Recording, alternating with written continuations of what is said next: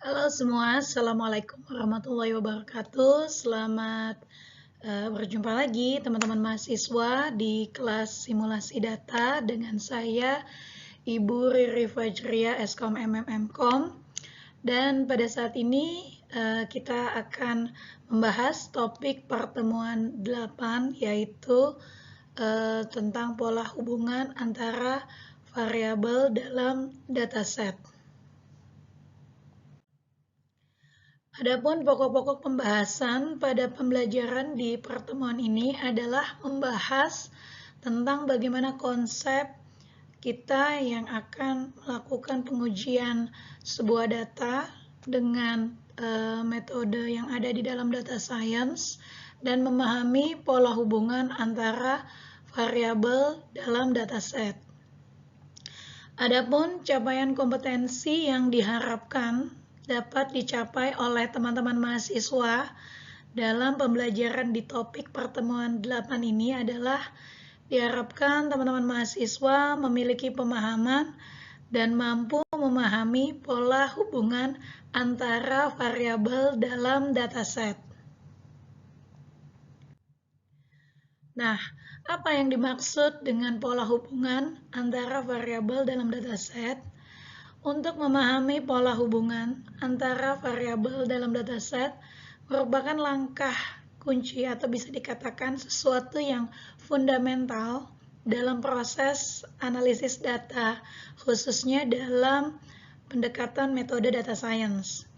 Dan hal ini membantu dalam mengidentifikasi apa yang dimaksud dengan ketergantungan. Ya, biasanya sebuah dataset memiliki beberapa atribut atau variabel yang punya aspek ketergantungan, korelasi atau interaksi antara variabel yang dapat memberikan wawasan yang berharga dalam menjawab pertanyaan atau mengambil keputusan. Nah, mekanisme dalam integrasi data dimulai dari kita meng-crawling data. Misalnya sumber data itu bisa dari database, lalu ada proses seleksi, di mana variabel-variabel atau atribut data yang memiliki relevansi. Sebagai contoh, kalau kita ingin melakukan pengujian ya dengan hipotesis bagaimana pengukuran ketepatan waktu mahasiswa dalam menempuh studi ya di pembelajaran strata 1, mungkin dari data mahasiswa tidak keseluruhan memiliki relevansi. Misalnya tentang data identitas, alamat tempat tinggal gitu ya. Tetapi yang memiliki relevansi lebih kepada data-data yang terkait dengan capaian pembelajaran, nilai SKS yang sudah ditempuh. Ini artinya adalah data yang sudah siap dan nanti diolah dengan pendekatan data mining menggunakan model algoritma tertentu untuk melakukan analisa data. Nah, dalam bentuk visualisasi data ada pendekatan tertentu untuk menampilkan hasil analisa data. Misalnya menggunakan scatter plot. Ini biasanya digunakan untuk pengujian model algoritma clustering ya. Nah, ini tujuannya adalah penggunaan scatter plot untuk memvisualisasikan hubungan antara dua variabel numerik, dan hal ini sangat membantu untuk mengidentifikasi pola linier atau pola lainnya dalam data. Kalau linier berarti biasanya sebarannya ini dalam scatter plot terlihat lebih sistematis ya ketimbang yang unlinear. Pair plot atau scatter matrix juga merupakan salah satu teknik yang bisa digunakan untuk melakukan visualisasi ya atau memvisualisasikan dari scatter plot untuk semua kombinasi pasangan variabel numerik dalam dataset. Lalu ada juga box plot atau violin plot. Ini menunjukkan distribusi variabel numerik berdasarkan kategori variabel kategorikal. Dan juga ada pendekatan heat map, di mana menunjukkan korelasi antara semua pasangan variabel numerik dalam bentuk matriks berwarna. Nah, untuk menganalisis korelasi, ada beberapa pendekatan yang bisa digunakan, yaitu ada korelasi Pearson, untuk mengukur korelasi linear antara dua variabel numerik, ya, kisaran nilainya range-nya dari -1 atau kita katakan sebagai korelasi negatif sempurna hingga 1, yaitu bentuk korelasi positif sempurna. Atau juga korelasi Spearman yang bertujuan untuk mengukur korelasi ordinal antara dua variabel, dan hal ini cocok untuk data ordinal atau data yang tidak terdistribusi normal atau range-nya tidak bisa ditentukan secara pasti di awal. Atau ada juga korelasi Kendall. Ini mirip dengan korelasi Spearman dan tujuannya adalah untuk mengukur korelasi ordinal. Nah, dalam pendekatan analisis regresi mungkin kita akan sedikit refresh dari pembahasan di topik sebelumnya. Bertujuan untuk membantu bagaimana kita bisa memahami ya perubahan dalam variabel independen yang dapat mempengaruhi variabel dependen.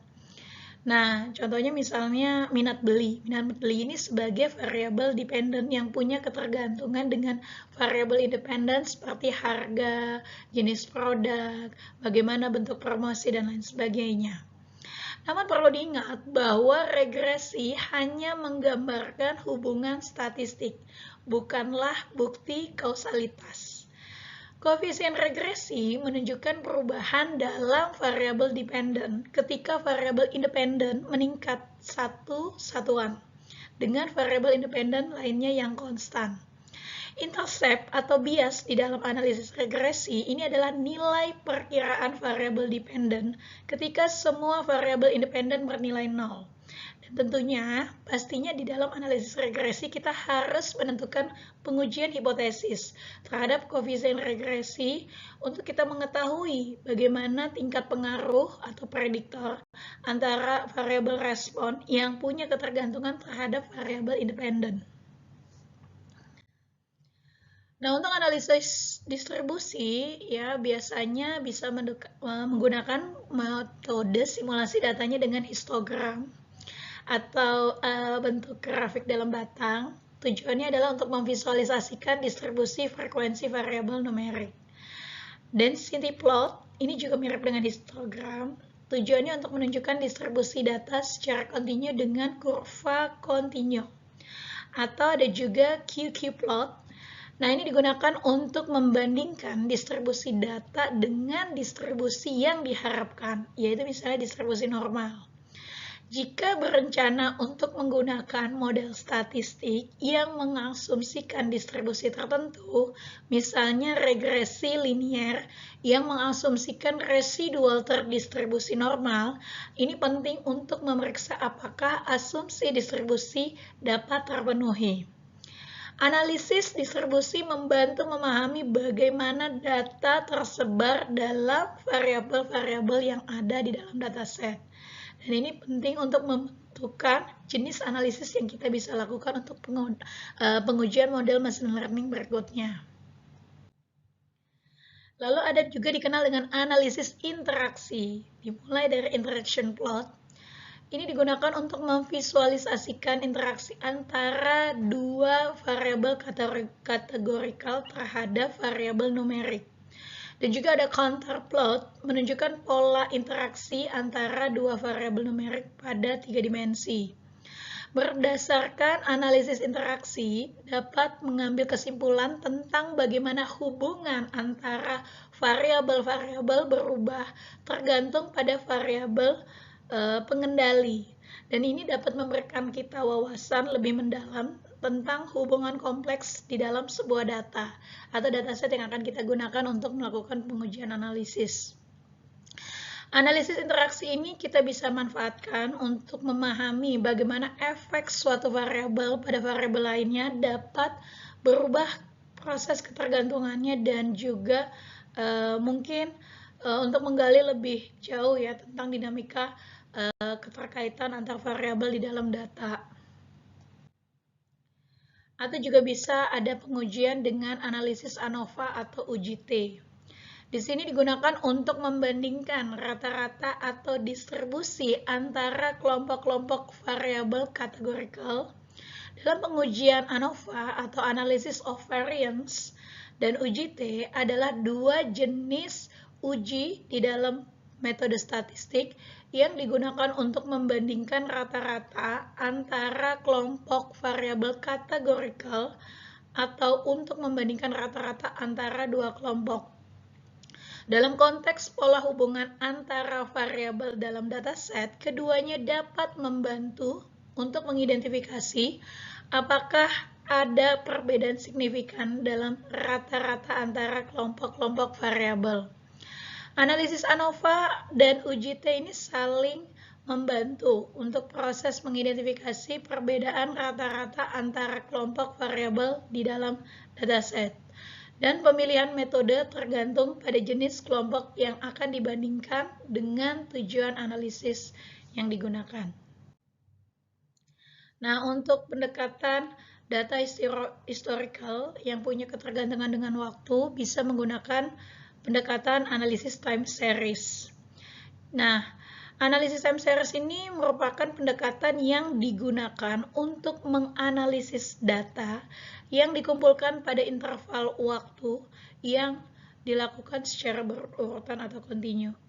Dalam konteks pola hubungan antara variabel dalam dataset, analisis time series membantu memahami bagaimana variabel-variabel ini berubah dari waktu ke waktu. Misalnya usia, misalnya nilai gitu ya.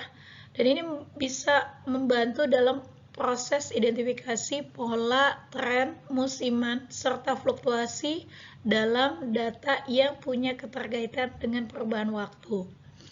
Analisis time series membantu memahami bagaimana variabel dalam dataset berubah seiring waktu dan pendekatan yang berguna untuk mengidentifikasi pola dan tren dalam data historis serta meramalkan perilaku di masa mendatang.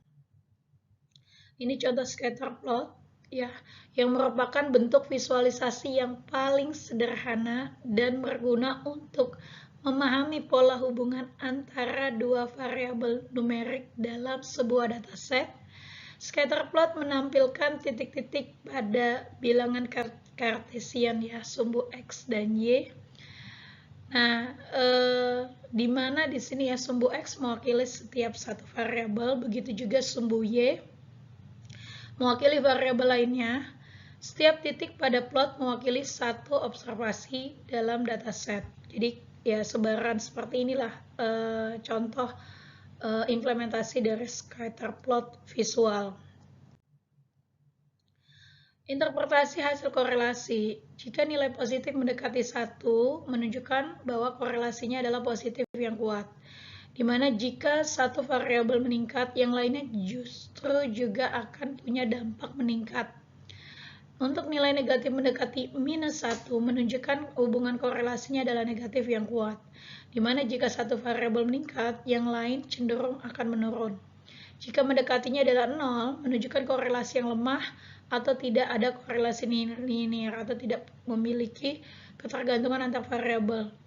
Melakukan uji hipotesis juga untuk bertujuan menguji apakah nilai korelasi adalah 0, tidak ada korelasi atau tidak, dan ini akan membantu memastikan bahwa korelasi yang diamati tidak terjadi secara kebetulan. Nah, untuk regresi sendiri, jika ingin melakukan pengujian regresi, kita bisa memulai dari regresi linear sederhana. Ini digunakan ketika memiliki satu variabel independen dan satu variabel dependen. Modelnya adalah garis lurus yang menggambarkan hubungan antara keduanya. Atau regresi linear berganda, ya. Ini digunakan untuk melihat ya, jika ada kondisi memiliki lebih dari satu variabel independen. Ini memodelkan hubungan linear antara variabel dependen dengan beberapa variabel independen. Atau regresi nonlinear, jika hubungan antara variabel tidak linear dapat mempertimbangkan regresi nonlinear seperti regresi polinomial atau regresi spilent. Untuk distribusi tadi ya, bisa menggunakan histogram, density plot atau QQ plot ya, yang kita bisa melihat distribusi data dengan distribusi yang diharapkan. Bentuknya seperti interval gitu ya, histogram batang di dalam sebuah grafik. Oke, demikian pembahasan kita di topik pertemuan 8. Sampai ketemu lagi dengan pembahasan berikutnya. Terima kasih. Assalamualaikum warahmatullahi wabarakatuh.